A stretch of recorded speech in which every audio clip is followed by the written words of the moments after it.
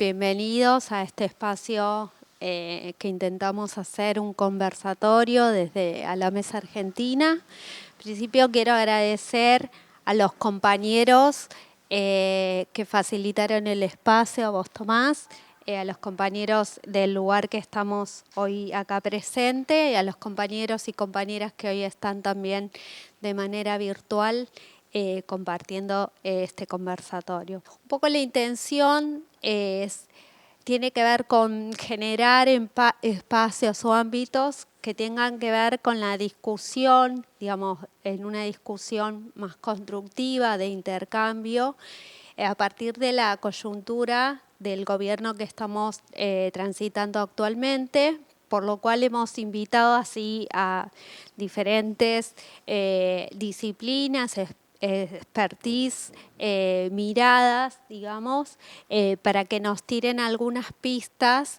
para fomentar nuestra propia discusión y nuestros propios discursos acerca de la coyuntura que estamos transitando.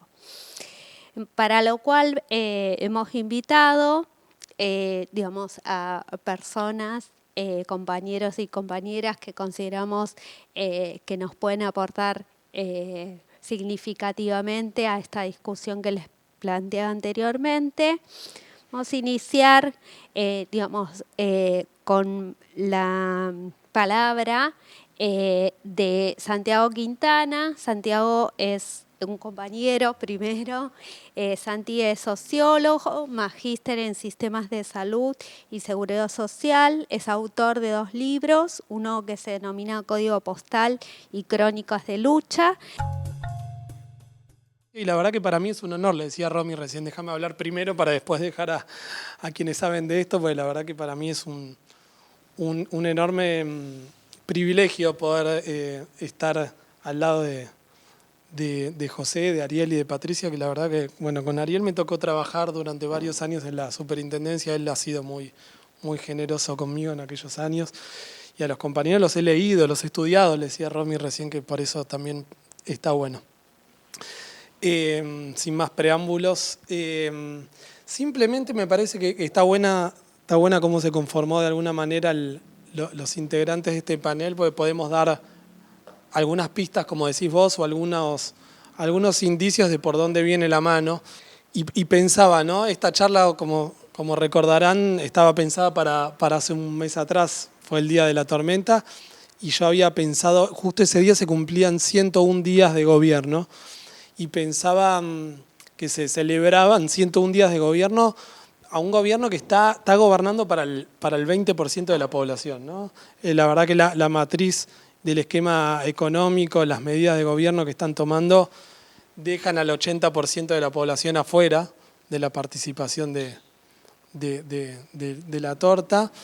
Y por otro lado, me parece, y esto para quedarme con la parte positiva de alguna u otra manera, con Patricia recién lo hablábamos, cuando uno analiza y observa las encuestas de opinión acerca de cuáles son las principales problemáticas de los argentinos, encontramos que la salud siempre se encuentra, recién lo hablábamos con Patricia, entre el 8º, 9º, 10º puesto, muy por debajo de cuestiones vinculadas a la inflación, a la inseguridad, al tema que se nos ocurre. La salud siempre está muy relegada. Recién en los tiempos de la pandemia ha escalado algunos puestos el tema salud como concepto general, pero no la discusión acerca de qué sistema de salud queremos los argentinos. Se puso un poco más en debate las cuestiones vinculadas al virus, a la aparición o no de las vacunas y algunas otras cuestiones que ya sabemos. Pero me parece que este momento, por acción o por omisión, por decisión deliberada o por lo que sea, se está debatiendo de cuestiones interesantes que me parece que el campo nacional y popular merece tener una mirada fuerte sobre el tema, ¿no? Yo acá me traje como un punteíto en aquel momento cuando se cumplían 110 días y se los digo como para hacer un poco de evidencia concreta de por qué digo que el gobierno nos lleva a una inercia totalmente desmesurada. Yo punteaba, ¿no? Así de memoria. El primer punto, verdadera intención inicial de que el Ministerio de Salud sea secretaría bajo la órbita del Ministerio de Capital Humano. Todos sabemos que al principio el gobierno tenía una decisión tomada y era de jerarquizar por tercera vez en la historia, por cuarta vez, perdón, en la historia argentina del Ministerio de Secretaría. Ya Macri se había atrevido a eso. Bueno, después por diversas razones no lo hizo, pero la verdadera intención inicial del gobierno era esa. Los hospitales públicos como el Posadas, hospitales nacionales sin autoridades, 3 cambios de conducción en la Superintendencia de Servicios de Salud, el actual superintendente, ex CEO de OSDE, con todo lo que eso implica, de financiamiento de la Agencia Nacional de Discapacidad, cierre de la DATSE y la entrega de medicamentos oncológicos, cierre de la Agencia Nacional de Laboratorios Públicos, retroceso en la ley de 1000 días, retroceso en la ley de salud mental, corte de recupero de costos para hospitales públicos de gestión descentralizada, 111% de aumento en medicamentos, fin de acuerdo de precios entre el gobierno y los laboratorios, descreme de las obras sociales, plan de esmerilización del PAMI, brote histórico de dengue, ningún tipo de campaña de promoción y prevención de la salud. No se convocó al COFESA, bueno, acá actualizamos, se convocó una vez al COFESA por el brote del dengue, su ejecución presupuestaria al ministerio, y así podría seguir detallando un montón de cosas. Y sobre cada uno de estos ejes podríamos hacer una charla en particular. Hoy en día me parece interesante hablar como eje disparador también para que los compañeros profundicen en tal vez otros temas, porque son tantos los temas en los que podríamos entrar, pero a mí me interesa aportar mi mirada acerca de la estrategia comunicacional y discursiva y narrativa que eligió el gobierno para dar en estos tiempos, sobre todo para el núcleo duro de su electorado, que es la clase media, entre otros, pero esta discusión respecto al subsector privado del sistema de salud. Ustedes saben perfectamente que está integrado por 6 millones de personas, 4 millones a partir del sistema de regulación vía alguna obra social nacional sindical, 2 millones de usuarios que hacen sus aportes de bolsillo por adhesión voluntaria. Y el gobierno, a partir de hacia fines de diciembre del año pasado, a partir del DNU, y después con el decreto 171 de este año que reglamenta el decreto 70 del 2023, el DNU, tomó una serie de decisiones que desconcertaron a un montón de sectores, entre ellos al sector privado de salud, quien tampoco se ve beneficiado. Por eso también es bastante paradójico. De hecho, recién veníamos hablando, una noticia de último momento, que no sé si llegaron a leer, que Claudio Velocopit, el dueño de Swiss Medical, presidente de la Unión Argentina de Salud, renunció a su cargo en esta Cámara por entender de que tal vez él estaba siendo quien entorpecía el diálogo con el gobierno. Pero esto lo digo como dato relevante a la hora de analizar desde afuera qué es lo que viene ocurriendo. También, para hacer un repaso casi informativo, ¿no? Como si fuera un rol periodístico, pero me parece interesante también para después darle una lectura política a todo esto. El gobierno, a través de la Superintendencia de Servicios de Salud, está evaluando, si no lo hizo hoy, lo hará mañana, presentar una denuncia por cartelización del sector, pues las 5 o 6 entidades de medicina prepaga más importantes del país se han puesto de acuerdo a la hora de ponerse de acuerdo a la hora de los porcentajes de aumento en estos 4 meses. Mi lectura en eso está más vinculado a un manotazo de ahogado, a un enemigo autoinfligido que, a mi modo de ver, ha elegido el gobierno, porque entiendo que no le están cerrando los números del IPC que pretende presentarle a la sociedad. El gobierno, como todos sabemos, a partir de una devaluación, ha aumentado considerablemente los porcentajes de inflación. Ahora, mes tras mes, viene bajando por lo paralizada que está la economía. Y justo hoy Ariel leía que Martínez de Hoz, cuando era ministro de Economía en el año 79, durante la última dictadura, había generado un índice de inflación que llamaba descarnado, que había inventado un IPC dejando de lado el aumento de precios de la carne. Entonces presentaba un índice inflacionario a medida de sus conveniencias, ¿no? Y Milei lo dijo muy claramente cuando hablaba del arrastre estadístico, cómo algunos datos le sirven para presentar una inflación que entienda la baja, pero había un sector que subestimó, que desconocía. Prefiero prefiero pensar que era por simple desconocimiento, pero el sector salud contiene una serie de complejidades que nos hacían a todos los que trabajamos en este sector saber y entender que a la hora de liberar los precios de las cuotas iba a suceder lo que efectivamente sucedió, que se iban a poner de acuerdo a la hora de aumentar las cuotas, que no iban a tener un criterio mesurado. El IPC dio 75% estos meses y en el mismo periodo dio 160% de aumento de las cuotas, desconociendo las características propias del sector, que tienen que ver con que básicamente cuando un afiliado, cuando un usuario de la medicina prepaga por razones económicas no puede pagar esa cuota, no puede simplemente cambiarse a otra porque esa otra le niega la afiliación por una preexistencia, por alguna razón de edad. El cambio de planes no es del todo sencillo y sobre todo no es del todo sencillo cuando no hay una presencia del Estado que contemple y le dé lugar a entender a la salud como un derecho y no como una mercancía.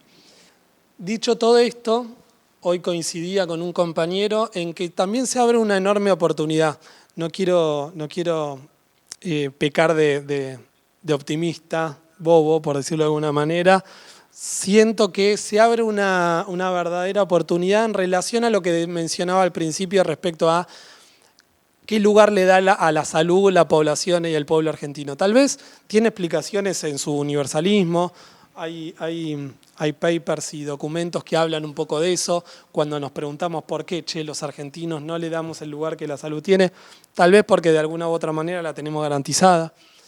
Pero también hablábamos hace un rato con algún compañero que cuando se abre este tipo de debate, y lo mismo ocurrió del 15 al 19, del año 2015 al 19, que algunos gobiernos locales empiezan a atrever a cuestionar el universalismo de la salud en la Argentina.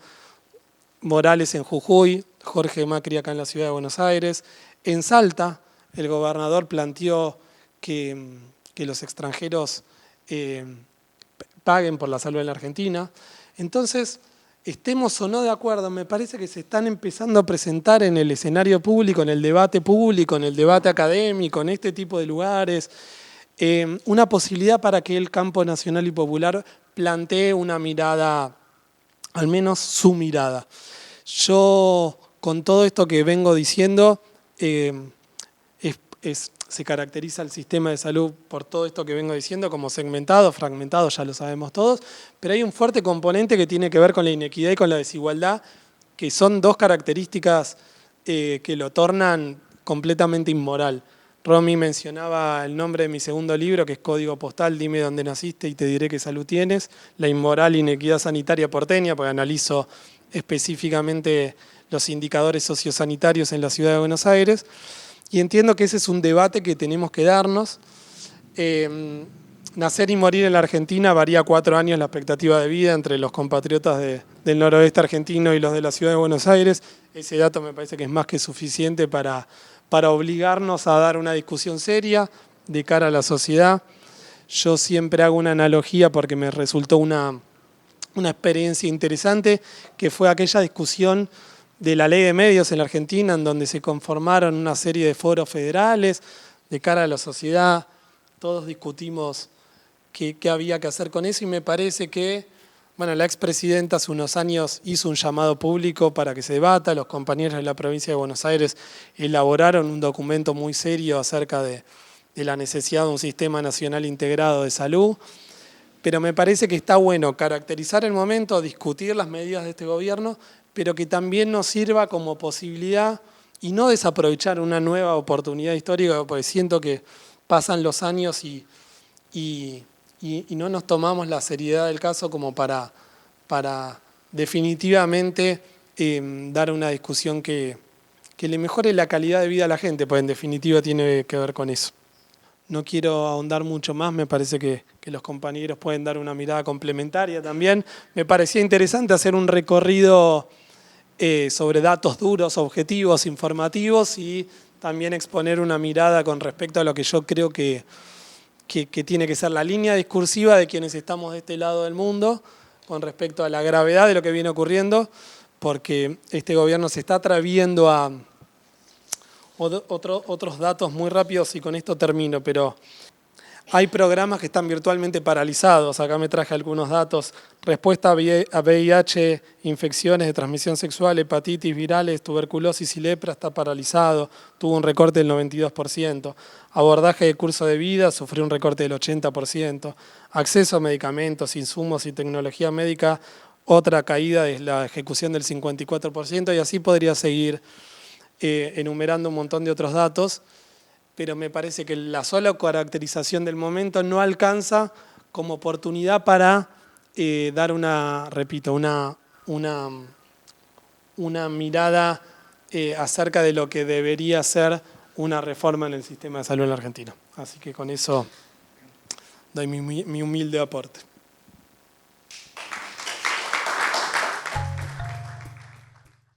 Muchas gracias por la invitación, muchas gracias Romina, muchas gracias Agames. Yo la verdad es que, digamos, mi conocimiento viene dado más que nada desde el campo de la economía. Me tocó por diferentes motivos históricos quedar vinculado o estar en una época vinculado a la regulación del sistema sanitario o administrando directamente las finanzas de una obra social, la obra social más importante del país y una de las más importantes del continente, como es el PAMI. Y eso, digamos, implica un conocimiento, a la fuerza uno tiene que aprender, digamos. Y bueno, la verdad es que, digamos, de la experiencia de la gestión y de estudiar y interesarse por esos temas, la verdad es que uno, digamos, y desde la óptica económica, digamos, uno lo que encuentra, lo que va viendo es que si pensamos en la configuración del sistema de salud, y acá, digamos, yo sé que la mayoría del público son médicos, así que déjenme un poco ejercer mi indolencia de economista, digamos, y no quiero hablar de los resultados, cosa que en todo caso podemos hablar y ustedes van a tener mucho más que aportar que yo. Pero si uno mira la configuración del sistema de salud, de una perspectiva organizativa y de una perspectiva de recursos y demás, se encuentra que es una especie de Frankenstein, ¿no? Tenemos por un lado un subsistema público que actúa como financiador, pero que a su vez tiene efectores que se vinculan con otro subsistema, que es el subsistema de la seguridad social. Pero cuando entramos dentro de ese subsistema de seguridad social, lo que encontramos es que en realidad no hay un subsistema, sino que hay muchos. Tenemos las obras sociales provinciales, las obras sociales vinculadas a algún sector del empleo público, como puede ser la de la seguridad, como pueden ser la de los docentes. Tenemos el PAMI, que es un bicho diferente, ¿no? A todo esto, cubre una población distinta. Tenemos las obras sociales nacionales, ¿no? Los que comúnmente pensamos como obras sociales sindicales. Y entre ellos, todo eso, que todavía no me metí con el sector privado, pero entre todo eso, lo que hay es multiplicidad de coberturas, ¿no? Digamos, nosotros cuando damos clases ponemos un ejemplo de la cantidad de coberturas que tiene una persona que forma parte de un grupo familiar donde uno de los cónyuges es empleado de la provincia de Buenos Aires y el otro es empleado en el Estado Nacional.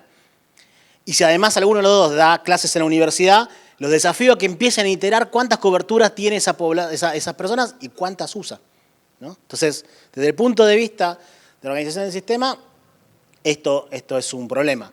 Por otro lado, Santi decía una cosa muy cierta, que es, sabemos que hay 2 millones de personas que tienen prepagas, ¿no? Que sería el tercer subsistema, el sistema de los financiadores privados. Hay 2 millones que tienen cobertura por contratación voluntaria. Y hay 4 millones de personas que acceden al sistema privado a través de alguna obra social. Y este dato que dice Santi, que es así, es el único dato que tenemos, es un dato que tiene 12 años. Es del censo 2010. Porque el censo 2022 ni siquiera preguntó eso. Entonces, el deterioro, digamos, en la agenda de salud se verifica hasta en las preguntas que se hacen en los censos.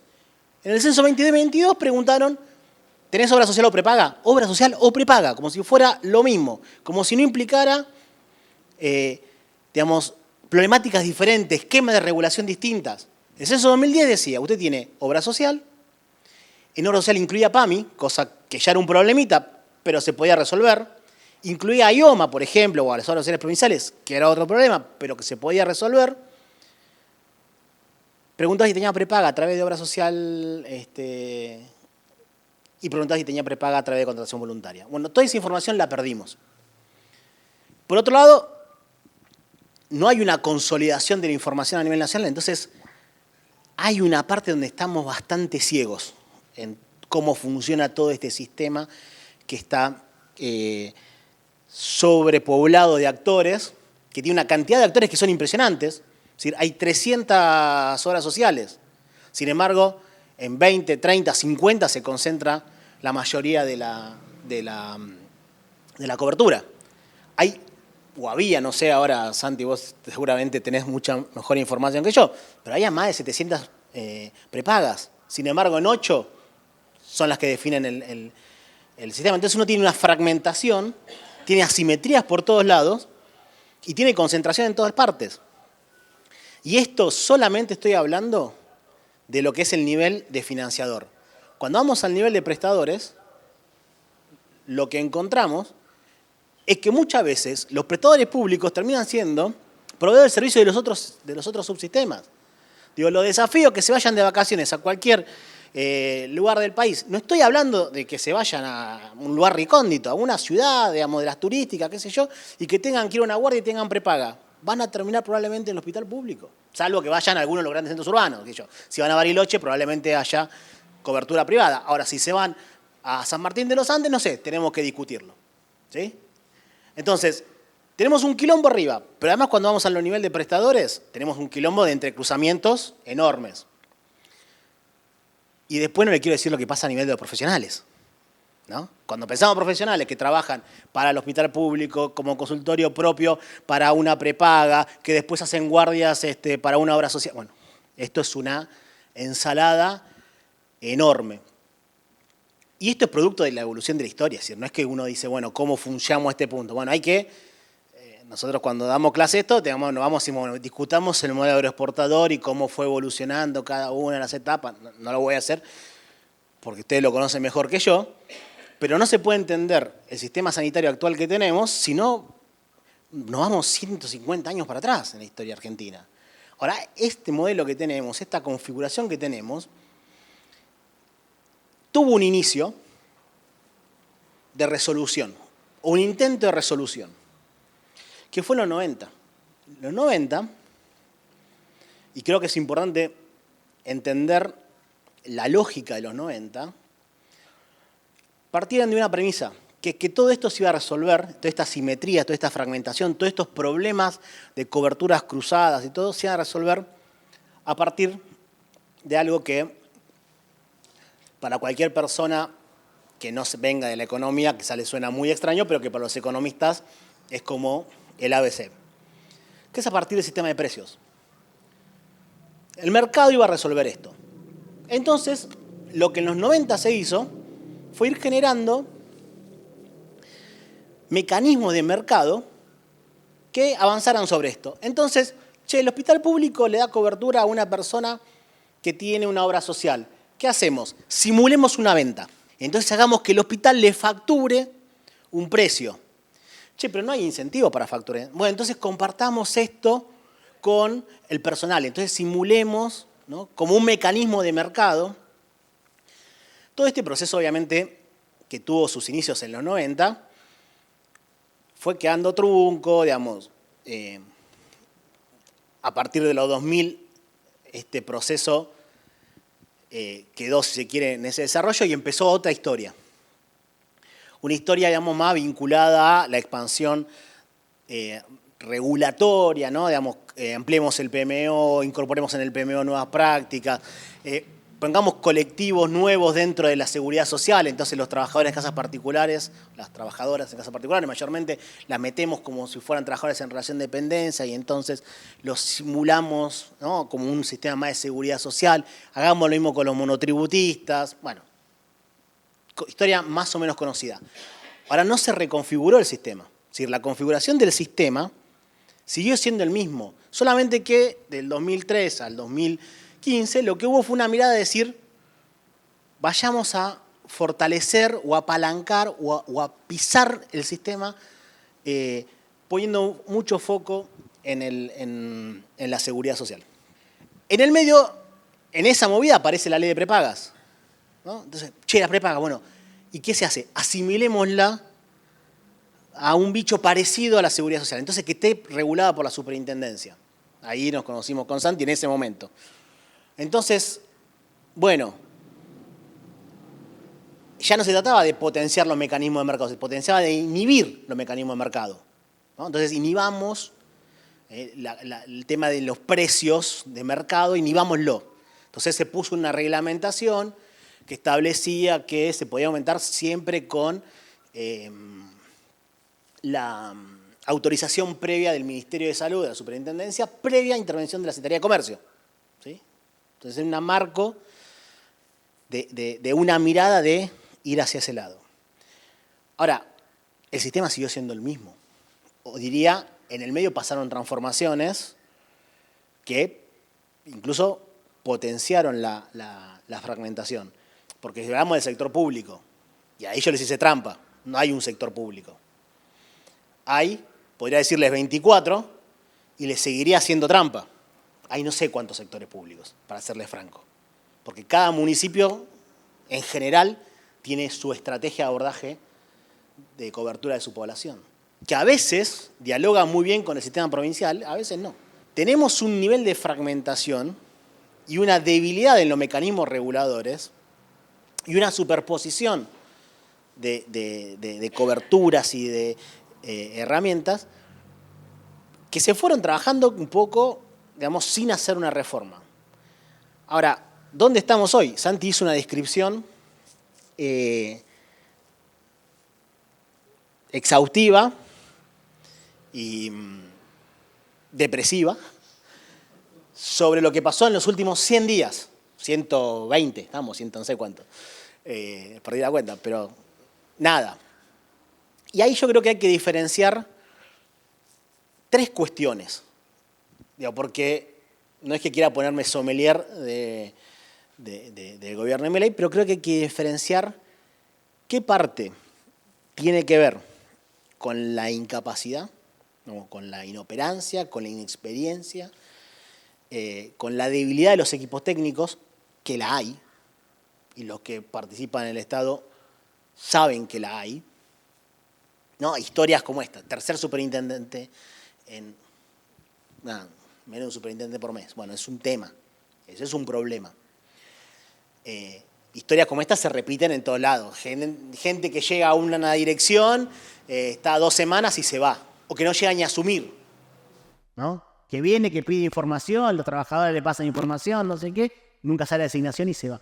Bueno, esto pasa. Esto es parte de, si se quiere, la particularidad, no quiero decir lisérgica, pero no se me ocurre mejor palabra, que tiene la actual experiencia humana. Hay un componente de esto que es realmente muy difícil de decodificar, digamos, por una fuerza que está tomando el control del Estado. Hay otra parte que es coyuntural.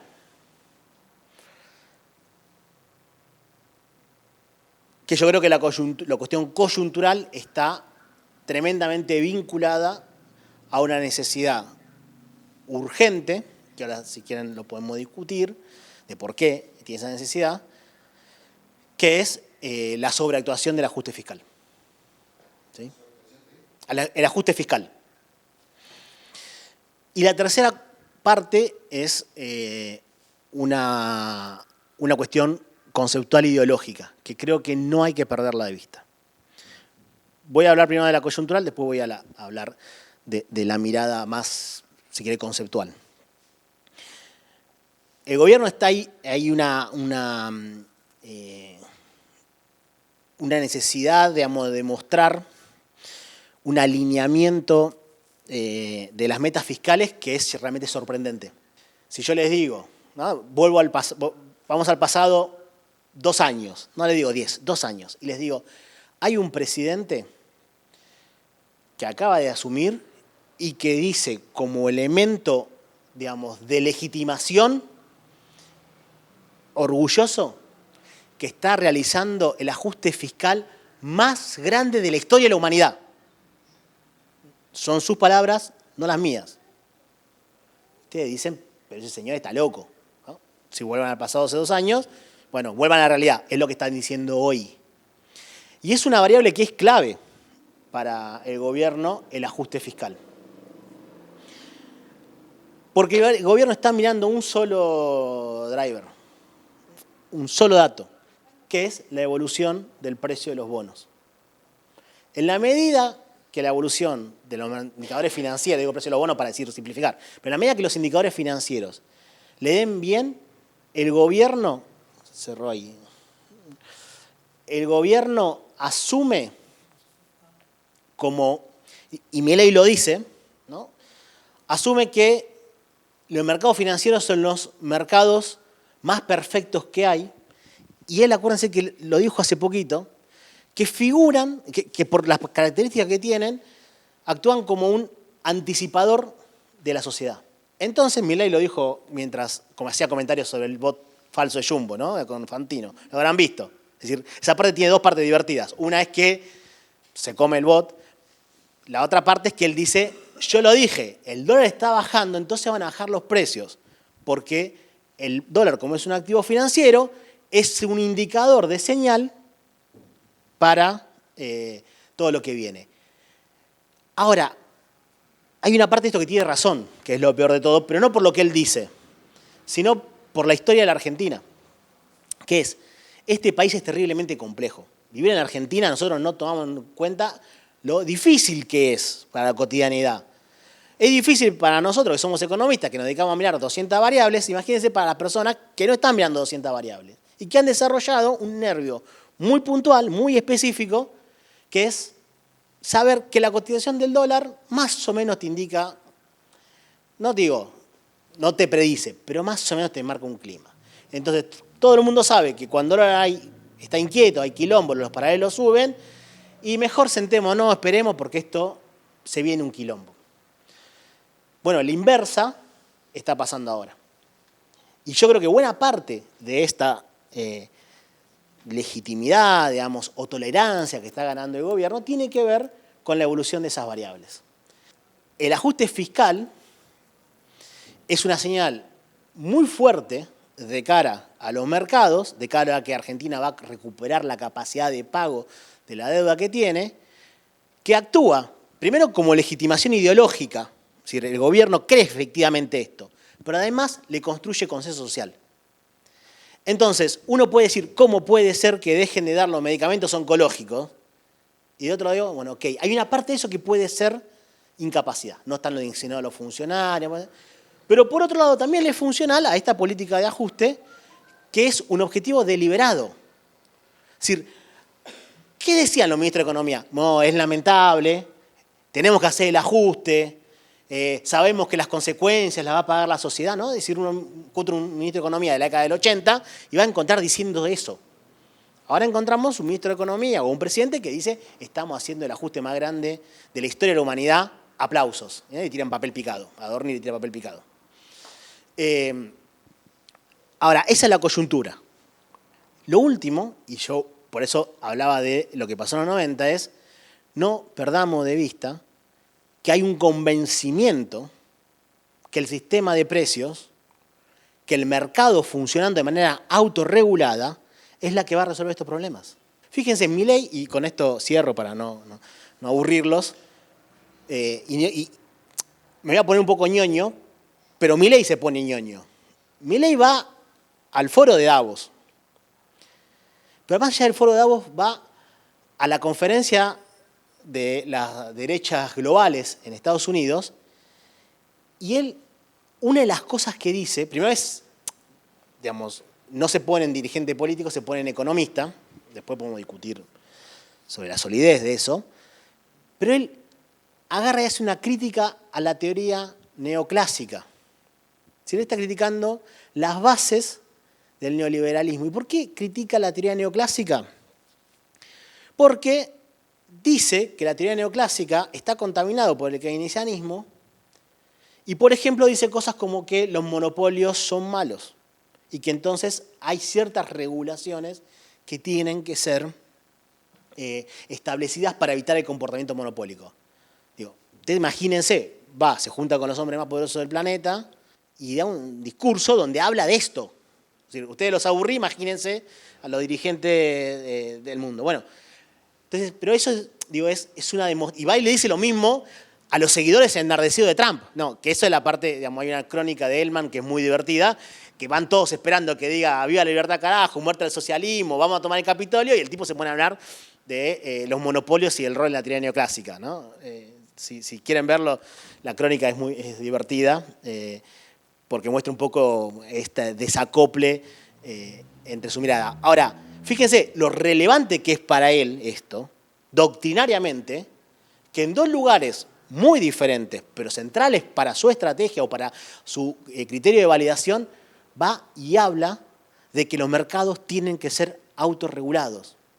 Entonces, ellos, digamos, no sé hasta qué punto lo miran, pero supongamos que lo miran, pero miran el sistema de salud con esta fragmentación, con este quilombo, con estas asimetrías, con estos problemas de señales, y dice, resolvámoslo. ¿Cómo lo resolvemos? Con mercado. Ahora, no es una mirada a los 90, es una mirada a los 90 hiperpotenciada, porque él cuando va no critica a los keynesianos, critica a lo que él considera las doctrinas que están contaminadas y que incluso plantean que los monopolios son malos. Después se choca con la realidad y tienen que ver qué inventan ahora para discutir con las prepagas. Eso es coyuntural. Su mirada es que tienen que estar los mercados autorregulados. Entonces, cuando uno mira la configuración del sistema de salud, con todas sus complejidades territoriales y todo, dice, si esto va a regir el sistema de precios, ¿a dónde vamos? ¿No? Digamos, porque si tiene que regir el sistema de precios es, bueno, entonces el hospital público de tal lado no es que tiene que cobrar los extranjeros, tiene que cerrar. El hospital de Abrapampa, ¿qué tiene que ser un hospital en Abrapampa? ¿No? Entonces, esta es la parte más compleja. Yo creo que nosotros nos escandalizamos muchas veces, porque es lo que nos está tocando ahora, por las cuestiones de la coyuntura, por las cuestiones de las incapacidades, pero para mí lo más complejo es, ojo que en la sustancia de más íntima de la concepción libertaria, hay una mirada que cuando uno lo mete en el sistema de salud, las consecuencias son nucleares. Muchas gracias.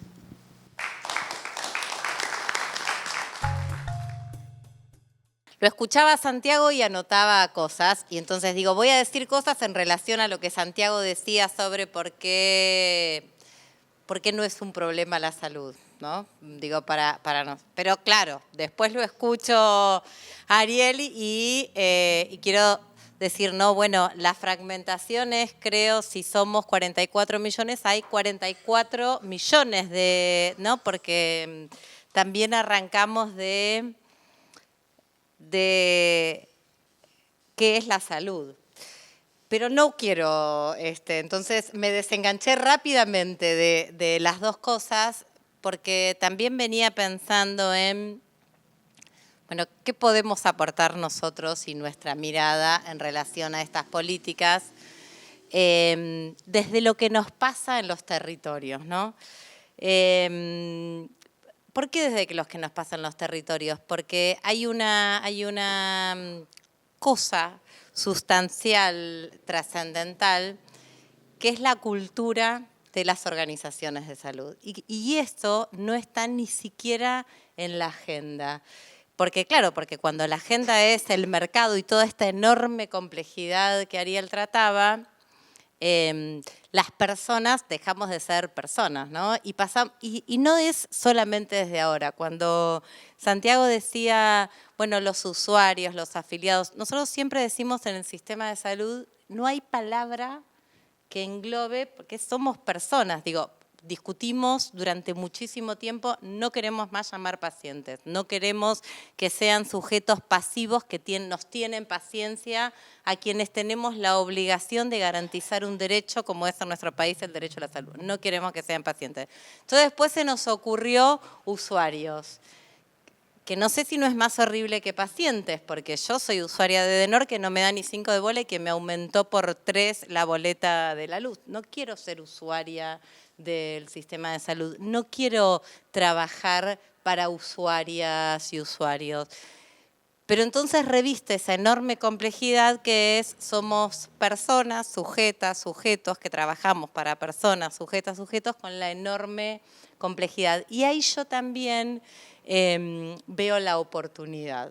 La salud, ¿por qué la salud no es un problema? Porque nunca, y no es porque tenemos, por supuesto que tenemos problemas graves, sin duda alguna. Ahora, si podemos entender la salud como la posibilidad de vivir bien, simplemente de vivir bien en sociedad, de vivir bien con las otras y con los otros, casi que pensar en salud nos debería poder dejar de pensar en las otras cosas, ¿no? Porque durante algún tiempo, Mario Testa, un sanitarista argentino muy importante, Mario decía, bueno, si entendemos la salud como el trabajo, si entendemos la salud como el buen vivir, como la ecología, tengamos un Ministerio de Salud y no tengamos más ministerio. Claro, después vinieron esto con el capital humano y reculamos 27 veces, digamos, no era... Pero quiero volver a... La salud no es un problema porque en nuestro país, desde Carrillo, con toda esta complejidad, tenemos alguna tranquilidad, que es que si nos pasa algo a algún lugar vamos a ir y vamos a estar.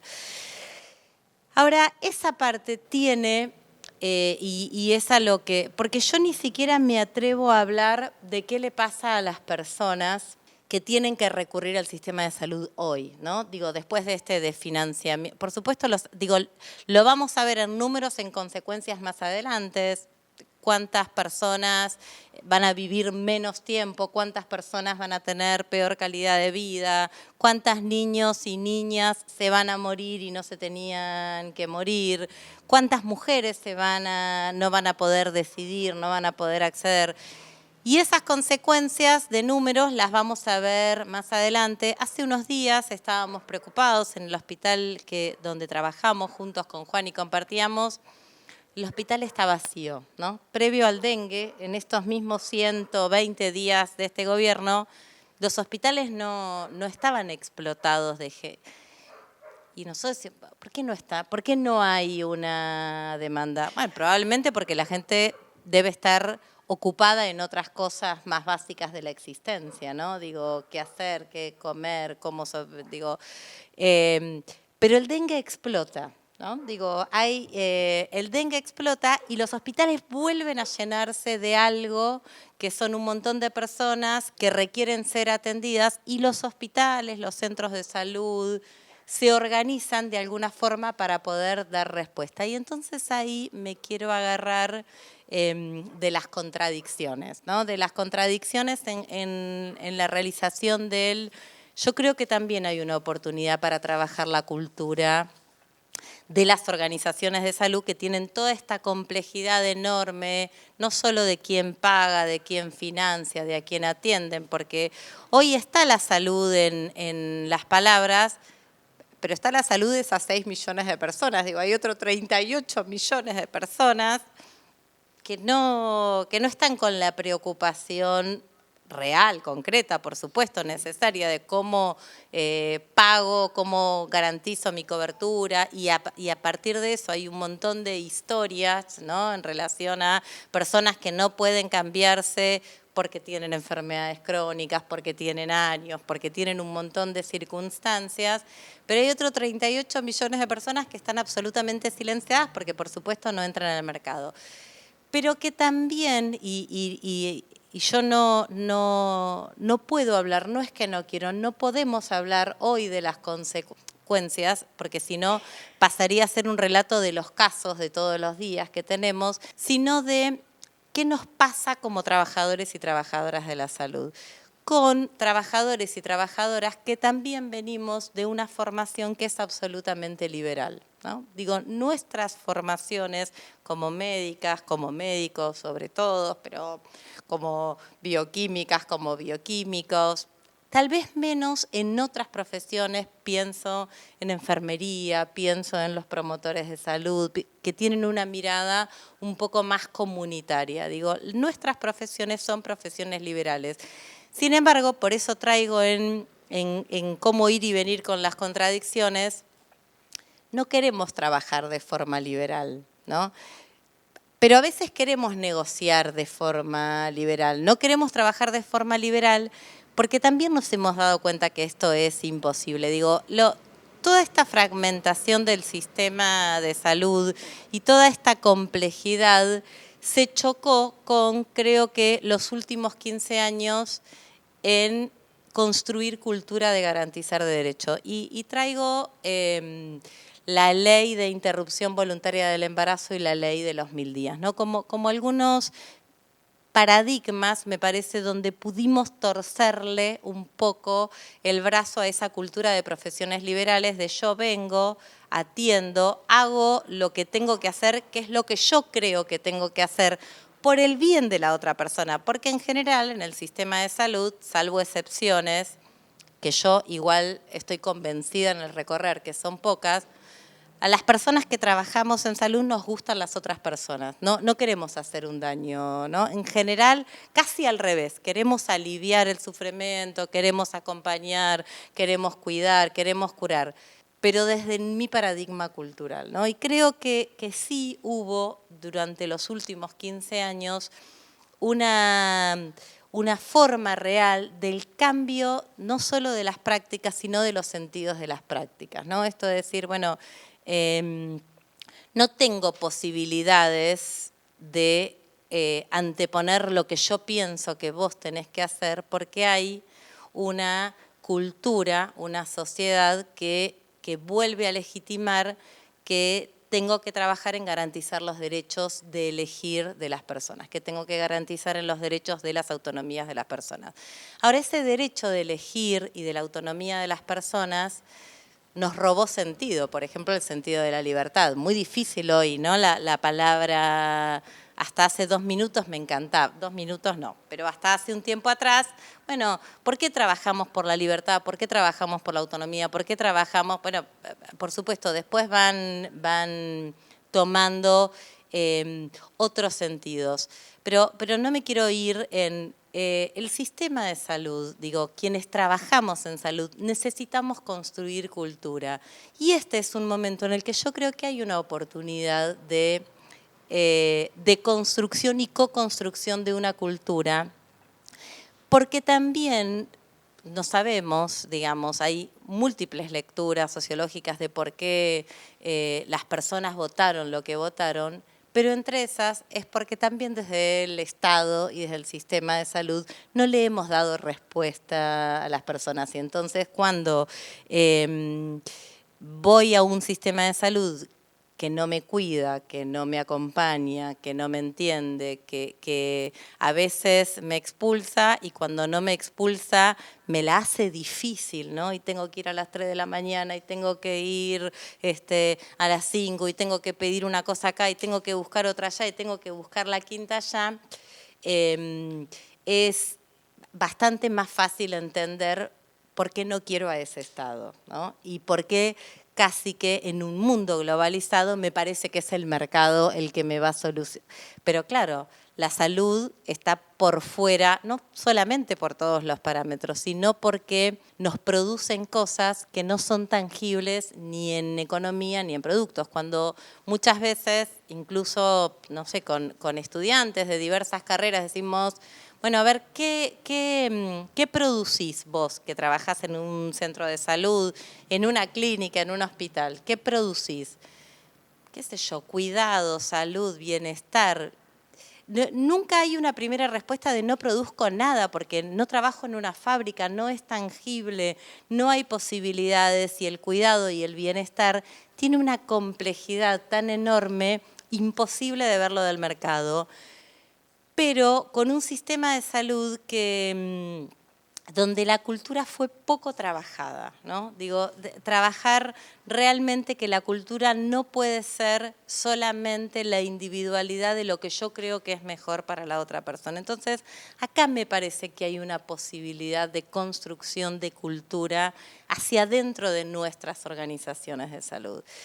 Seguramente en todos los hospitales, en todos los centros de salud, hay personas que votaron a este gobierno, ¿no? Digo, pero que se sienten con la camiseta de ese lugar en el que trabajan. Y me parece que cabalgar esa contradicción y que pensar qué es lo que no pudimos dar como respuesta. Digo, que por supuesto, muchas personas pensamos que a un Estado que no cuida hay que trabajar mucho para que el Estado cuide, pero que también hay que entender que a un Estado que no te cuida o que te descuida, lo que querés es que se termine el Estado. Y me parece aquí ese pesimismo, cómo transformarlo en un optimismo que construya cultura de la solidaridad, del colectivismo, del encontrarse con los otros, de los tiempos. Cuando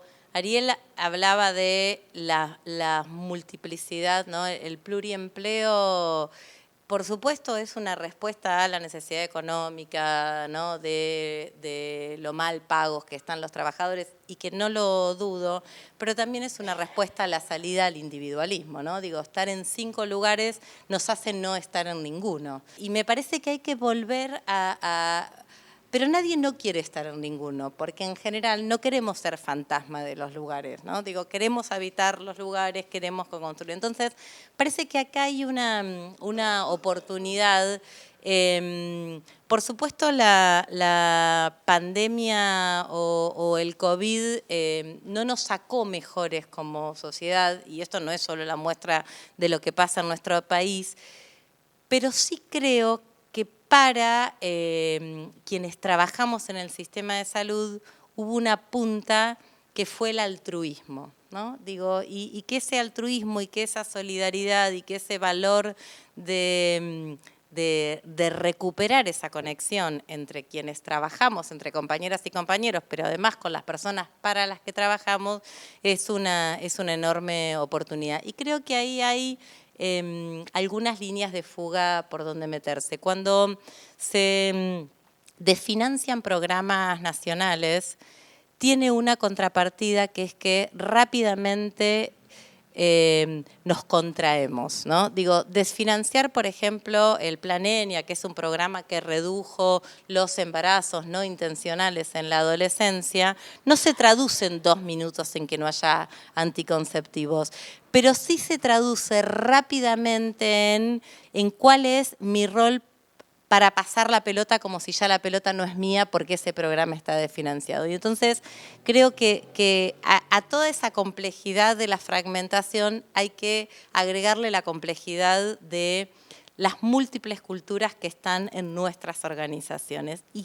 Pero creo que a esa complejidad es una posibilidad de trabajar, porque no hay otro lugar de encuentro, digo, ¿no? Los 44 millones de personas que habitamos, que transcurrimos por el suelo de nuestro país, hay una certeza que tenemos, que es que si me pasa algo, alguien me va a atender en un hospital público. Por supuesto, con esto que traía Santi también, no es lo mismo que me pase algo en José Cepaz, en Villa Soldati, en La Quiaca, en Belgrano. No es lo mismo. No es lo mismo que me pase algo, no es lo mismo nacer, no es lo mismo vivir.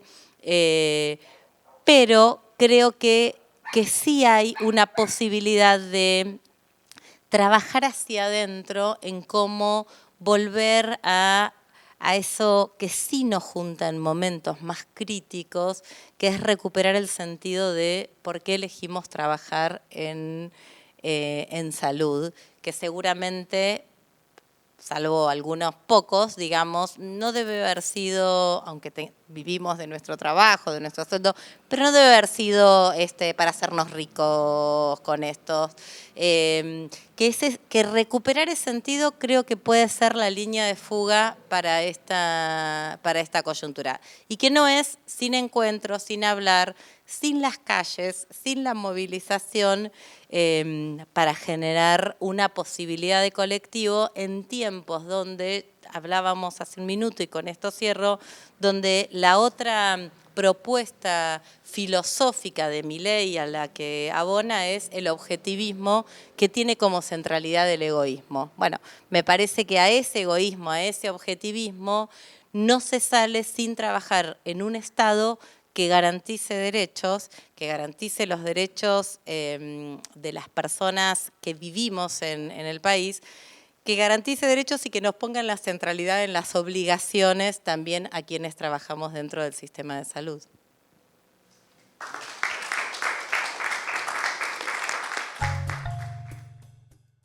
Bueno, gran placer para mí estar acá. Primero una reflexión. En el mundo hay 200 países, más o menos.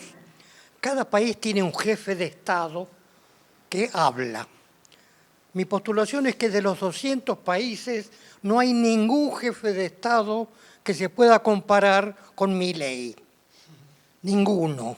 Bukele es otro planeta que Milei. Milei dice, el Estado no debe existir. No estoy de acuerdo con la justicia social porque es injusto. ¿Por qué el exitoso va a tener que subsidiar al que no tiene éxito? Y más pensamientos de ese sentido que abonan una visión del mundo importantísima. De lo que acabo de ver, se hace una definición sobre el Estado de Israel, no solamente porque es una democracia, sino porque además ha generado una espiritualidad muy particular, etc. Lo leí hace un rato. Bueno, así que 200 países y un jefe de Estado muy particular. Cuento brevemente mi historia personal. Yo me formé como metodólogo. Medicina, salud pública en la UBA. Estuve un año en Chile estudiando con Hugo Ben Rosas, que se ligó un año de residencia en un campo de concentración en el norte grande chileno. Fue mi mejor profesor, por suerte no lo mataron, volvió y siguió trabajando en salud. Y para completar mi formación de metodólogo, me saqué una maestría en la Universidad de Michigan, Estados Unidos, que es los métodos al cubo, el Centro de Estudios Sociales y University of Michigan. Bueno, entonces vuelvo a la Argentina, me pongo a cargo del Sistema de Estadísticas Vitales y de Salud de Argentina y ahí pudimos hacer cambios. Por ejemplo, pudimos codificar todas las muertes de Argentina con el sistema de codificación de causa de muerte con cuarto dígito que individualizaba las muertes por enfermedad infecciosa.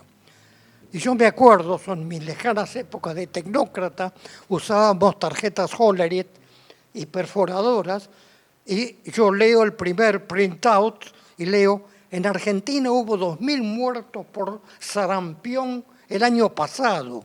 Y yo digo, puta, yo estuve en Chile el año pasado, y mi hija la vacunaron gratis contra sarampión, en la Argentina se murieron 2.000 personas. Entonces salgo al pasillo del ministerio diciendo, hemos tenido 2.000 muertes por sarampión, A nadie se le movió un pelo. Con lo cual empezó el fin de mi carrera como tecnócrata, porque llegué a pensar, no se trata de trabajar números, se trata de tener poder político para mejorar la salud. ¿Y cómo hace uno para conseguir poder político? Bueno, primero una cifra. Cada vez le doy más peso a la longevidad como meta deseable, porque es muy fácil de medir, es crecientemente fácil de medir y ceteris paribus es mejor estar vivo que muerto. Hay excepciones, pero hago un planteo general. En un momento se me ocurre buscar esperanza de vida nacer Entonces tecleo año 1949. En el año 49 los comunistas chinos le ganan la guerra al Kuomintang, los kuomintangueses chinos se van a Taiwán, donde siguen estando, y China se vuelve comunista.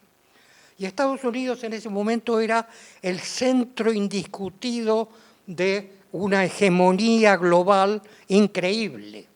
Si les interesan los números, en la Segunda Guerra Mundial, que fortaleció el papel central de Estados Unidos, se murieron 400.000 norteamericanos en esa guerra. Y los rusos, que en ese momento se llamaban soviéticos, se murieron 23 millones. En cambio, el país hegemónico que salió es Estados Unidos, no fue Rusia. Así que cada vez me resulta más importante medir longevidad a través de sistemas de medición que se han simplificado mucho. Por ejemplo, una de las universidades donde estuve yo vinculado tiene una maestría en demografía para calcular longevidad con métodos simplificados. Si la recolección es probabilística, con un bajo número de observaciones, uno puede generar una tabla de vida. Así que cada vez pienso más en la longevidad como objetivo deseable. Y si vemos lo que pasó el año 49, en ese momento Estados Unidos, el hegemón indiscutible, tenía 18 años más de esperanza de vida en nacer que China. 18 años más de Estados Unidos. Hoy, China tiene 2 años más de esperanza de vida que Estados Unidos, con el pequeño detalle de que la longevidad norteamericana sigue bajando, cosa que es un dato de escasa observación, y la longevidad china sigue aumentando. Yo quisiera plantear una serie de cosas que están pasando en la Argentina, seguro que están pasando, y deberíamos documentarla para la batalla cultural. Primero, seguro que el peso al nacer de los chicos argentinos está bajando. ¿Ok? Menos alimentación, menos cobertura de todo tipo. Si estudiáramos los pesos al nacer de abril del 2004 con abril del 2003, para eliminar la variación estacional, seguro que el peso es menor ahora. Es un dato que se puede documentar, son 4 dígitos del informe estadístico de nacido vivo, se puede muestrear fácilmente y sería un indicador para la batalla cultural, que yo pienso que en términos de salud está recién empezando. Así que primer dato, los chicos pesan menos, y acabo de leer hoy, porque cada día da información nueva, como la gran baja de mortalidad infantil de Argentina, que llegamos a tener 8 ahora, se debió básicamente, corregime, a que había un acceso no mercantil a la anticoncepción y un aborto despenalizado. Así que por uno o por otro mecanismo, los nacimientos no deseados disminuyeron mucho y nos sube notablemente la esperanza de vida.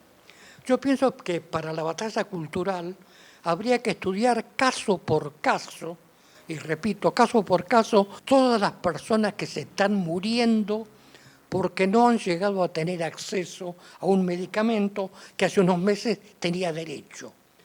Y postulo, si tenemos tiempo, para que se estudie caso por caso y se legalice cada caso con la figura de abandono de persona o falta de aceptación de funcionario público, etcétera, etcétera, para que así como trabajamos o trabajaron los detenidos desaparecidos caso por caso, se contabilicen caso por caso estas muertes. ¿Qué otras cosas siento que están pasando?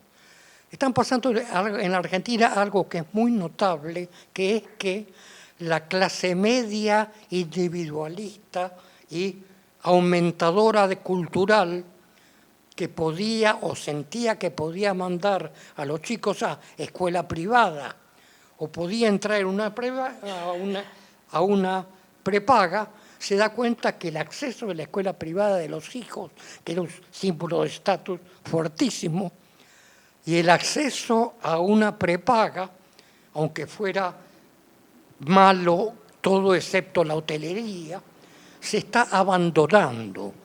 De tal manera que la gente que siente que se desemplea, que no tiene acceso a algo, tiene una tendencia a internalizar el problema.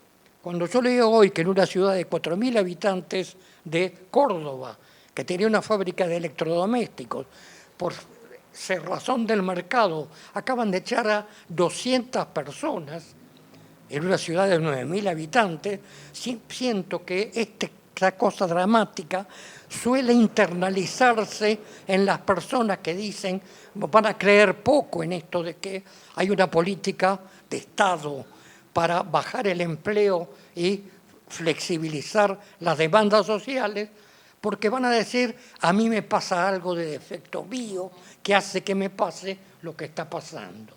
Así que yo propongo que estos estudios aumenten y se complejicen para la batalla cultural que yo siento que está recién empezando. Volviendo a Esperanza de Vida al Nacer, con estos métodos simplificados, me acuerdo de un trabajo que hizo un grupo de gente de la Universidad de Lanús, no me acuerdo de los nombres de las personas, que estudiaban para Santiago de Chile los niveles de mortalidad por área de la ciudad.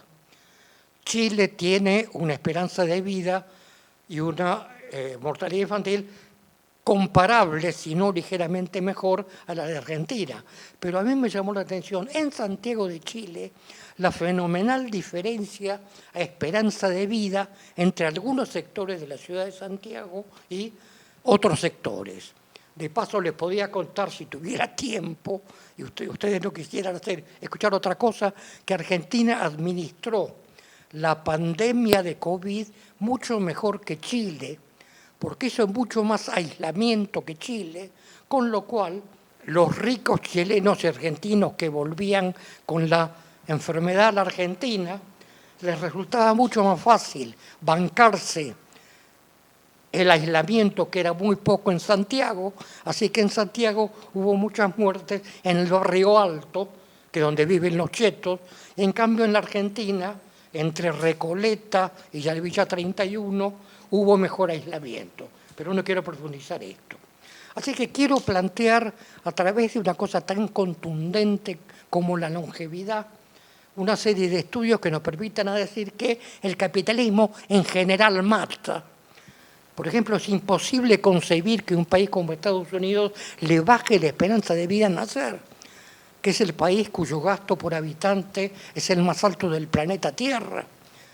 ¿Y por qué cuando Canadá y Estados Unidos son golpeados por la pandemia, la frontera terrestre Canadá-Estados Unidos es la más extensa del planeta, es una línea en un mapa, no hay ninguna limitación natural? La mortalidad por COVID canadiense resultó la mitad de la mortalidad por COVID de Estados Unidos. La mitad.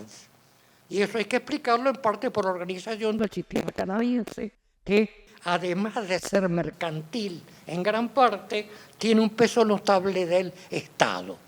Así que lo que estoy postulando es estas medidas para seguir tomando para los tiempos que se vienen, que son cada vez más interesantes. ¿Qué otras cosas pienso que están pasando? Sospecho, y me gustaría que me corrijan o que se discuta, que una fuente importante de muertes que podrían haberse evitado es la terapéutica de la hipertensión esencial, que tiene una muy alta prevalencia, y si la gente toma los medicamentos que debe, no se muere, para simplificar las cosas. El abandono de compra de medicamentos por esta brutal mercantilización de los medicamentos debe generar una gran cantidad de muertes excedentarias que vale la pena que las estudiemos de nuevo para la batalla cultural. Digo esto porque una argentina que pensaba, lo que dice Milei no lo dice gratuitamente, Argentina perfecta era la Argentina del centenario, cuando cumplió 100 años de independencia. Pero teníamos 110 por 1000 de mortalidad infantil y teníamos, supongo, 60% de analfabetismo o cosas así. Así que este tipo de cosas, estudiando la mortalidad a través de métodos simplificados, es una cosa que tenemos que seguir trabajando. Bueno, después de dejar todo esto en el planteo, ¿qué es lo que puede pasar? Yo me di cuenta que cuando me di cuenta que, ya dije esto, cuando me di cuenta que los métodos que había aprendido con bastante costo en los diferentes lugares donde estudié servían poco con respecto a la acumulación de poder político. ¿Y cómo se llega a tener poder político para tener mejor salud? A mí me impacta mucho lo que hicieron los británicos cuando simultáneamente con el plan Perón-Carrillo, el Partido Laborista Británico gana la elección del año 45, que todo el mundo pensaba que iba a ganar Churchill, que había sido el gran gestor de la alianza antinazi. Aquí que lo ganaron los laboristas, por razones que desconozco, nombran ministro de Salud a un tipo que se llamaba Onion Bevan, que era un galés, cuyo idioma originario no era el inglés, era el galés. Era un tipo que a fuerza de eso llega a ser ministro de Salud del primer ministro Attlee, laborista, y Bevan hacía una cosa que nadie me la explicó mucho, que los médicos británicos trataron de sabotear al máximo el National Health Service, los médicos generalistas. Y Bevan, que era un tipo que no era sanitarista, pero no tenía un pelo de tonto, la huelga que le hicieron los médicos generalistas británicos, Bevan la liquida haciendo un negocio con los especialistas. Negocia con los especialistas, rompe la huelga de los médicos y consigue un sistema de salud que ahora, de paso, se está deteriorando. La esperanza de vida norteamericana baja, pero la esperanza de vida británica hace 2 años que está estancada, con lo cual Gran Bretaña se ha convertido en el país más neoliberal de Europa Occidental.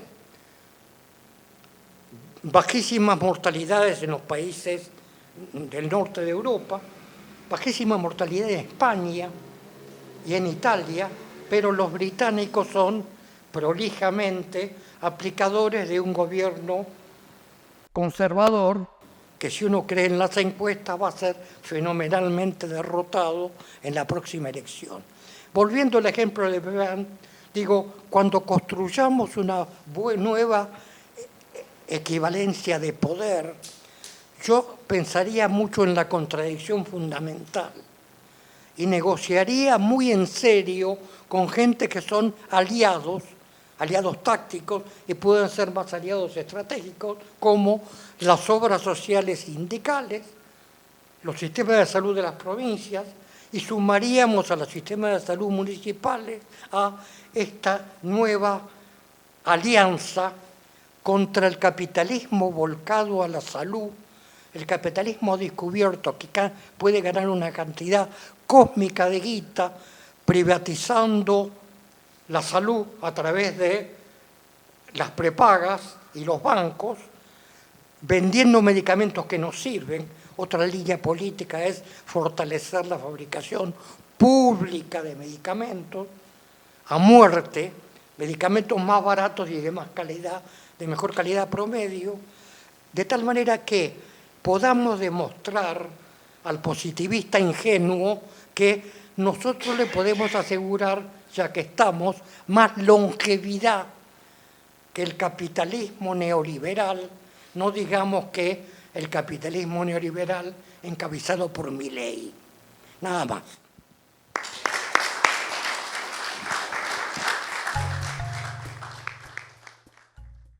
En el pueblo este donde despidieron a los 200 trabajadores de Drean, Milei ganó por el 82% de los votos, ¿no? Esto, digamos, como introducción a qué nos pasó y qué tenemos para balancear y para proponer en torno a nuestra propia práctica, nuestra propia política. Algo Patricia decía muy bien, ¿no? Por lo menos me llegó mucho el tema del cambio cultural de los trabajadores, yo creo que ese es el eje que tiene que ir acompañado con medidas prácticas, porque, digamos, si no hay presupuesto, no hay guita, no hay una inversión, difícilmente con la voluntad sola de cambio se logre. Creo que va de la mano, pero que creo que ahí está uno de las cuestiones, digamos, de lo micro, meso, de la respuesta. Y es el aporte que tenemos que dar nosotros al futuro, ¿no? Con respecto al censo, ojo, porque el documento es anónimo y solamente puede publicarse en agregados. Pero si de mí dependiera, ya sabríamos a nivel individuo cuál es la esperanza de vida que espera tener, con una cantidad de detalle fenomenal. Digo, pensando en los agregados. Susan, ¿te acordás cuando yo, a lo mejor lo soñé, pero metido en la computadora, leí que hay un cálculo de esperanza de vida por comuna en la ciudad de Buenos Aires? Y yo anduve caminando. Sí, en el libro que desarrollé sobre el código postal en la ciudad de Buenos Aires está totalmente medido. Gloria, perfecto. Expectativa de vida, esperanza de vida al nacer por comuna.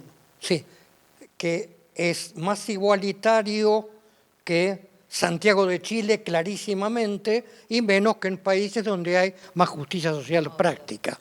Sí, notablemente comuna 8, 9 y 4 versus 13, 14, 12, sí, la del norte de la con el Rivadavia como... Perfecto.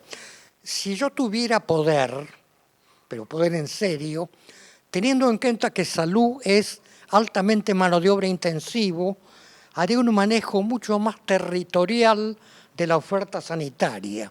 No solamente con oferta fija en efectores, sino, gracias a los drones y compañía, hacer un estudio territorial para hacer una búsqueda activa de casos de salud complejos, hipertensos, etcétera, etcétera, gente que no acude a atenderse, seguimiento de casos crónicos.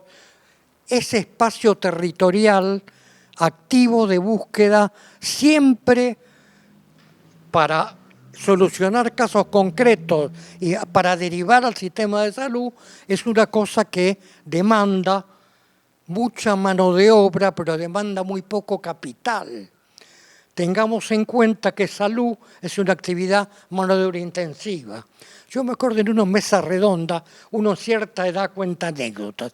Había una mesa redonda en la Biblioteca Nacional donde se discutía no sé qué cosa,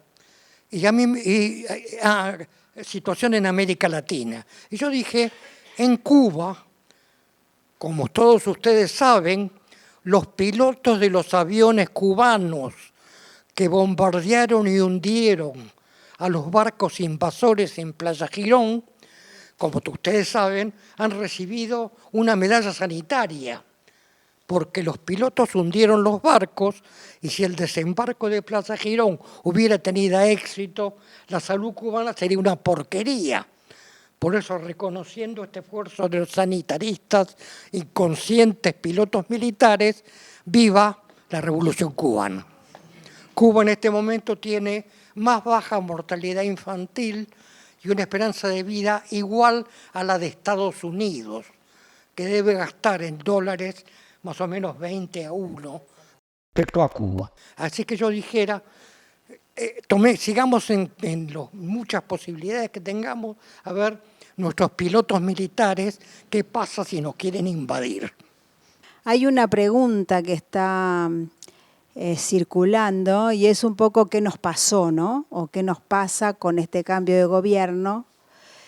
Y una pregunta de qué pasa con lo público, si el sistema público sirve o no sirve, qué respuestas no se dio.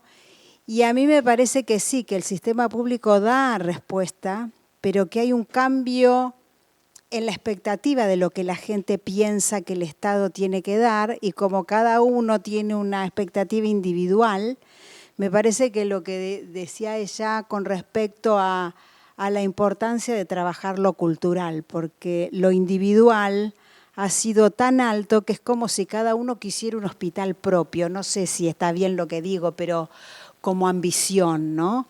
Entonces, no es que no dé respuesta y por eso también la gente sabe que siempre algo va a estar.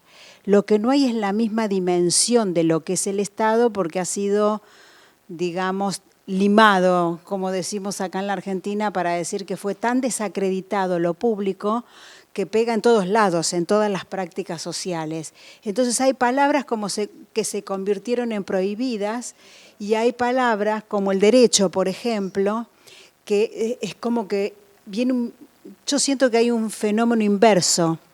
Cuando hablamos de derecho, muchísimos grupos piensan que eso es un privilegio de los que tenían el derecho, que ya no se lo merecen más. Hay como una ida y vuelta que no sabemos muy bien cómo desarmar eso que se ha construido sin ese sentido, pero que es la respuesta que tenemos. Y me parece que esa es una de las contradicciones. Y apuesto un poco a trabajar un poco más lo cultural en el territorio, porque me parece que por ahí pasa.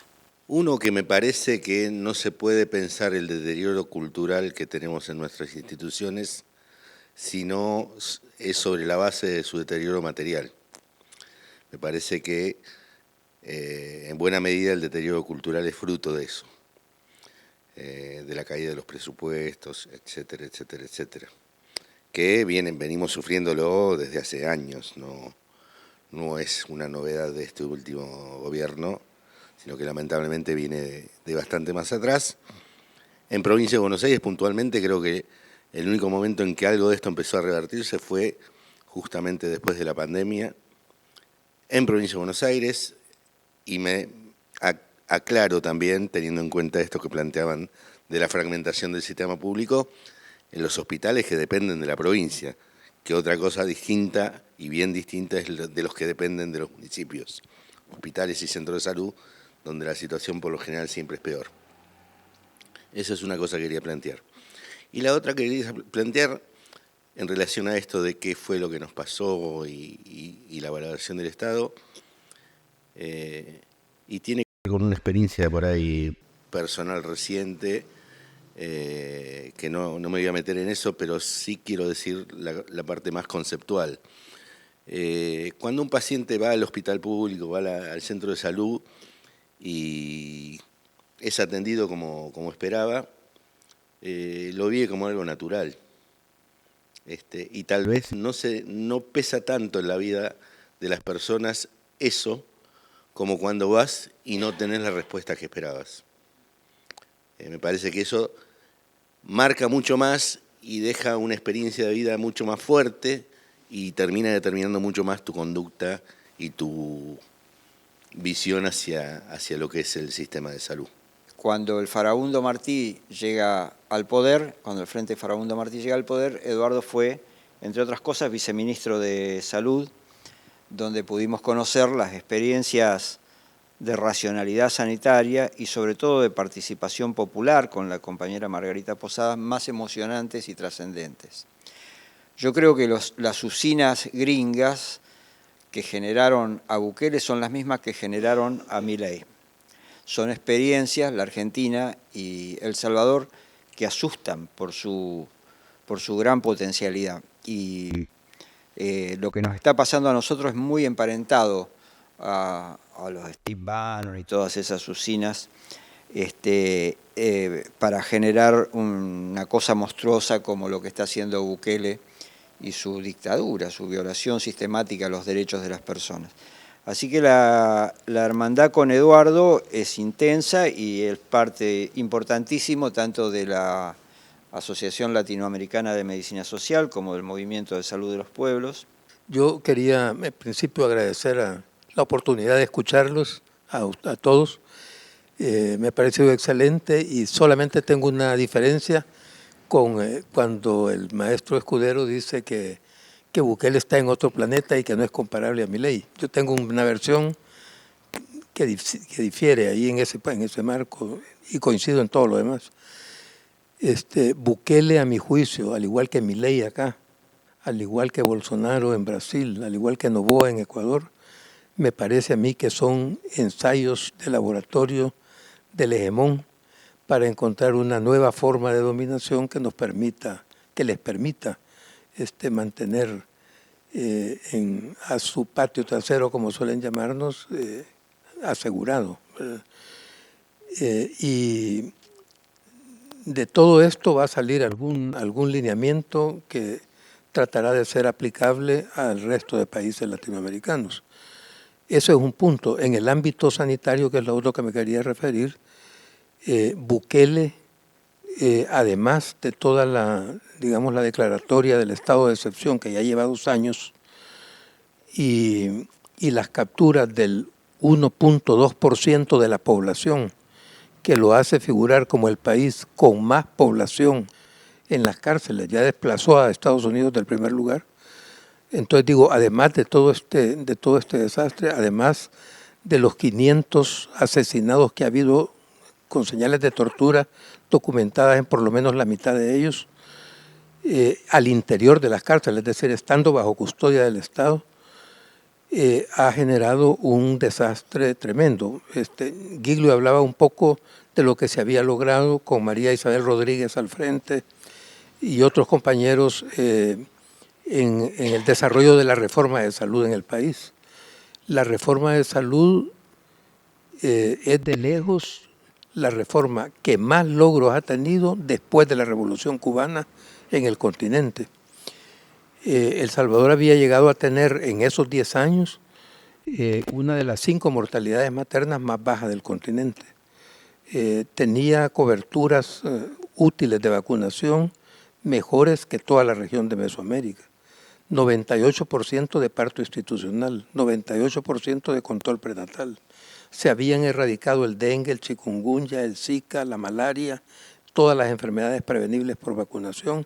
Hoy todo eso ya no existe.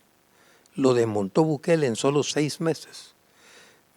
Desmontó los equipos comunitarios de salud que nos daban el sistema de información en salud más fiable y más eficiente del continente, al decir de la OPS. Teníamos un censo real con 1 semana de vigencia a través de la dispensarización de toda la población y de los equipos comunitarios que se habían desplazado en todo el territorio nacional. Entonces, todo eso lo desmontó Bukele completamente, pero además hizo algo que Milei no ha hecho. Declaró reserva estratégica de información para todos los datos en salud y generó un equipo de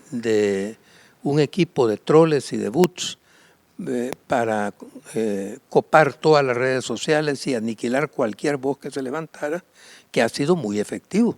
La gente piensa que efectivamente la seguridad está controlada, la gente piensa que efectivamente hay cuestiones en marcha, que el Bitcoin está funcionando, que qué sé yo. Pero lo que sí es un mentiroso patológico. Por ejemplo, se da el lujo de decir que encontró un sistema de salud destrozado, cosa que no era así. No teníamos grandes hospitales y todo eso, pero sí habíamos logrado elevar la esperanza de vida al nacer, habíamos nivelado las zonas del país donde estábamos más abandonados y había mucha más mortalidad, se había reducido la violencia contra las mujeres, bueno, una cantidad importante de situaciones. Todo eso no se dice, ¿verdad? Hoy el país está al borde de la quiebra, debe más del Producto Interno Bruto, ¿verdad? Y ha reducido los presupuestos de salud a la mitad, la universidad pública no tiene presupuesto. Bueno, pero la gente, merced al copamiento de la información y a todo ese ejército de troles, no hace clic entre la seguridad versus todo lo demás que ha perdido. No conecta. No conecta y no le echa la culpa a Bukele de todo eso que está pasando.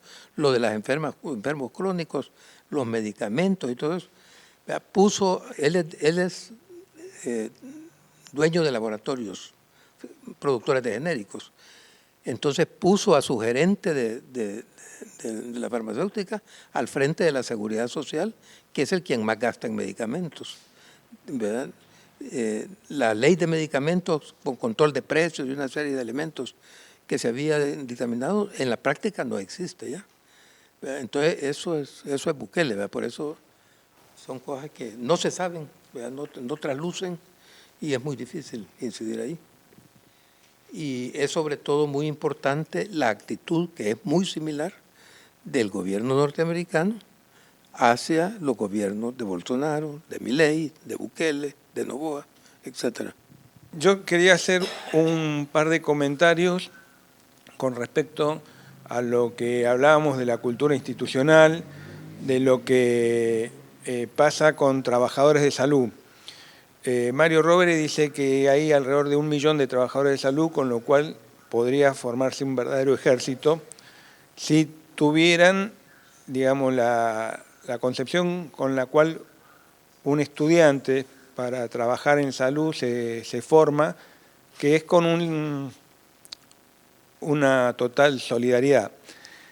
Pero yo en el hospital me encuentro hace unos días que me cruzo con un jefe de sala y le comento que estaba preocupado porque el presidente de la Comisión de Presupuesto de la Cámara de Diputados había llamado a no pagar los impuestos en la provincia de Buenos Aires. La respuesta de esa persona que trabaja en un hospital público dice: qué boludo, yo la semana pasada pagué patentes. Es difícil construir con esa gente. Y también pasó con otra médica que le comento que en salud estaban muy mal, que en educación estaban muy mal, que incluso era probable que cobraran menos porque no habían pasado de nación un fondo para los salarios de los maestros, y total, muy preocupada me dice: en salud eso no va a pasar, ¿no? Como que eso. Y cuando yo no, en salud va a pasar otro tipo de cosas porque las prepagas ahora van a estar en el fondo de distribución solidaria de las obras sociales. Y me dice: qué bueno, entonces yo puedo dejar IOMA y pasarme a Galeno. Digamos, hay un desconocimiento de toda la implicancia que tiene en la sociedad el tema de salud. Que con un buen manejo de eso son actividades que, digamos, que son muy solidarias, que realmente podrían formar unos patrones culturales totalmente necesarios a la visión que tenemos nosotros de lo que debe ser salud. Por otro lado, lo que yo comento siempre con respecto a lo que pasa en El Salvador, lo que pasa con Milei, digamos, no es lo que está pasando en Italia, no es esto una actividad netamente de la Argentina y de Milei. Yo creo que la concentración de riqueza ha llegado a puntos extremos, que rara vez hubo este tipo de registro. En algún momento los reyes acumulaban mucha riqueza, pero todos sabíamos dónde quedaban los castillos. Como decía la canción de Serrat, le llenamos de pobre el recibidor. Digamos, pero acá no sabemos dónde quedan los castillos. Es todo muy virtual, es todo... y esta concentración de riqueza tienen más poder que los países, que los estados, y las reglas que manejan esos países y esos estados es la democracia. Y a estos grupos de poder no les interesa la democracia. Entonces, tienen la impunidad que hace que, bueno, que Eduardo relate todo lo que está pasando en El Salvador, que nosotros estemos viendo lo que está pasando acá. Es una tremenda impunidad de un poder que incluso al no importarle la democracia, empiezan a desaparecer los partidos políticos, ya no tienen la fuerza que tenían antes, y nuestra militancia, nuestra forma de oponernos, no tiene no encuentra las formas, porque se han modificado un montón de cosas, y no encontramos un lugar donde un canal de participación, un lugar, porque todo eso ha quedado fuera de lo que es esta realidad marcada por esta impunidad. Y después quería hacer una pregunta que no sé si tiene una respuesta exacta. si hay algún dato aproximado de cuánto cuesta tener un sistema tan fraccionado, tan diversificado de salud, y cuánto sería aproximado la posibilidad de que esos recursos, esos presupuestos, en un sistema integrado, por lo menos en algunos de los ensayos que ha hecho Soberanía Sanitaria, alguno más, podrían llegar a ser reinvertidos en una mejor calidad del sistema, mejores salarios para los trabajadores de salud, más llegada a aquellos lugares donde no haya infraestructura sanitaria. Si hay algún número general de todo eso que habla de cuánto se está gastando o cuánto se está invirtiendo en este sistema tan fraccionado. Si alguien más o menos sabe respecto a ese número. No tengo los datos acá, pero se sabe, hay estimaciones y hay estudios que dicen que salud insume el 10% del PBI. Eso es un PBI que está estancado, pero es un número muy importante. Dentro de ese consumo del PBI es diferenciable cuánto es lo que cuesta el Estado, que si se lo compara con su producción es mucho más eficiente que los prepagos y la seguridad social. Cuánto corresponde a la seguridad social y cuánto responde. Y a su vez está separado, se puede buscar el dato de la separación entre la financiación y la ejecución de las tareas de salud. Del dato que yo destacaría, podemos seguirlo trabajando, ese dato, es que el 3 o el 3,5% del PBI es medicamentos. O sea, para comparar un poquito, todo el sistema universitario gratuito, ahora en crisis, digamos hasta el año pasado, era financiado gratuito para 70 universidades, etcétera, etcétera, era financiado con el 1% del PBI. Y el sistema científico argentino, con ISET y todo eso, aspiraba a llegar a medio punto del PBI, era 0,36% del PBI. O sea que el sistema de salud en la Argentina tiene una enorme cantidad de recursos que circulan a su interior. La fragmentación ha sido un escenario en el que los monopolios, vendedores de parafernalia, elementos de diagnóstico, etcétera, etcétera, y sobre todo medicamentos, han aprendido a navegar para apropiarse de fracciones crecientes de los recursos en juego. El mercado, digamos, en estos días demostró que sin los magros y pobres controles que tiene el Estado, el gasto en medicamentos va a subir. Bueno, una infidencia, no sé si cuando nosotros llegamos al IOMA con el compañero Quintana, nuestro amigo Gustavo Martínez, el director de administración, mostraba una distribución en que se gastaba la plata, cuánto era en sanatorios, cuánto era en médicos, y era aproximadamente también 30% en la obra social el gasto en medicamentos. Si usted que es joven y memorioso. La última vez que lo vi a Nicolás, al ministro de Salud, le dije, mirá, no podemos seguir gastando 30% en medicamentos. Y él me dijo 35%. Esto es antes de este golpe de mercado que estamos sufriendo. O sea que no me extrañaría que ahora, de esa enorme montaña de plata que se reúne con los aportes del 4,8% de los que aportan los trabajadores, más otros 4,8% que aportan los empleadores, de esa masa de guita muy importante, fíjese que ellos están siempre en la búsqueda de esos fondos, los fondos de los jubilados, los fondos de las obras sociales, se gaste en medicamentos. Así que aprovecho para hacer mi intervención. Nos acercamos a una crisis sanitaria muy grave, humanitaria. La gente no puede viajar, la gente no puede comprar comida, la gente no puede comprar medicamentos, ¿sí? La semana que viene se va a empezar a notar que la gente no puede mandar a los chicos a la universidad, los jóvenes a la universidad. Era una historia histórica de conquistas del 18, la gratuidad de Perón, todo eso está en juego. Entonces se viene una crisis muy importante. Lo vamos a voltear. Se va a demostrar que esto es un horror, que este tipo es el más loco del mundo, pero también las profundas cuestiones que llegaron a que esto pase se van a poner en juego y va a haber que debatir cómo son las salidas de todo esto. Nosotros tuvimos salida de la dictadura y la discusión de salud que dio el alfonsinismo con Neri, qué sé yo, fue muy pobre. La idea del Sistema Nacional, del Seguro Nacional de Salud.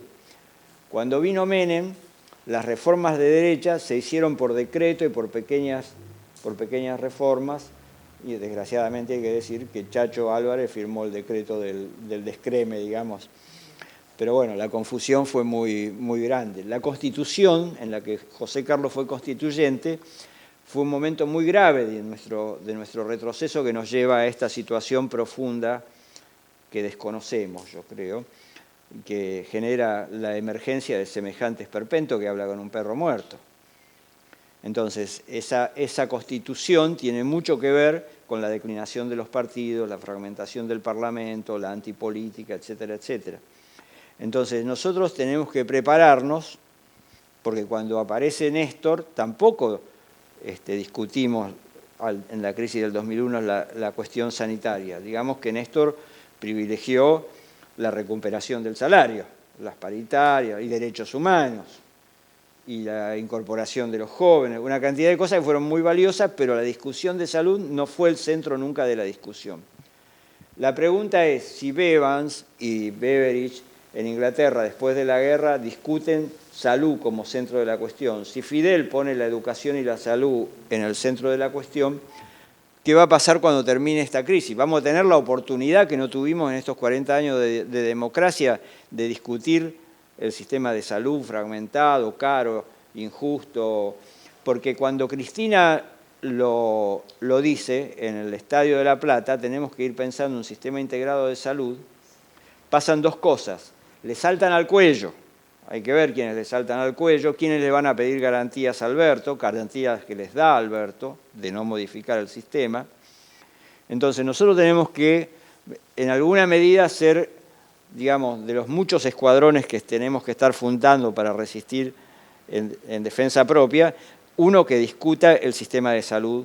Yo creo que es oportuno rescatar que Cristina dijo Sistema Nacional Integrado de Salud, no sistema único como en Brasil, que es o el de cubano, pero sería muy bueno asociar a esta lucha por la defensa de lo conquistado a las obras sociales, a los sindicatos, a las provincias, a los municipios. Lejos de ser una debilidad que esté tan atomizado, uno puede pensar en redes y en guerrillas, digamos, no nos pueden agarrar de ningún lado. Entonces, la organización de esa reacción, no sé, vos que sos guerrillero, decime, ¿qué hacían cuando perdían una batalla? Se iban al monte y veían cómo contraatacaban y trataban de no cometer los mismos errores y veían cómo entrarle al asunto. Esa, para mí, esas municiones que planteó José Carlos, esos estudios que planteó José Carlos, que son municiones para la acción política, para mí sería una de las grandes tareas que tenemos para la Mesa Argentina. ¿Qué cosa le puede dar cohesión al sistema de salud? Miren, gente viva más. Nadie es perfecto. Pueden hacer excepciones en algunos casos individuales, pero en general ustedes al trabajar salud y al no vender un sistema de streaming hacen algo de más valor ético existencial, la longevidad. Ese es el primer comentario y eso insistirlo más. Segundo, comparemos Cuba con Argentina. Los cubanos son más altos que los argentinos, porque toda su vida han tenido un sistema más equitativo de estatura que les ha permitido ser más altos. Así que además, en este momento en Argentina, no solamente seguro que baja el peso al nacer de los recién nacidos, sino que los adolescentes y las adolescentes que llegan al estirón se van a estirar un poquito menos por las políticas neoliberales que los gobiernos. Así que invoquemos la longevidad y la estatura, con su efecto sexual importantísimo, como todos sabemos, de tal manera que podemos decir, estamos enfrentados a enemigos terribles, que es la muerte y sus agregados. Contra eso luchamos y usted es parte de esa lucha. Nada más, un gran placer de haber estado acá.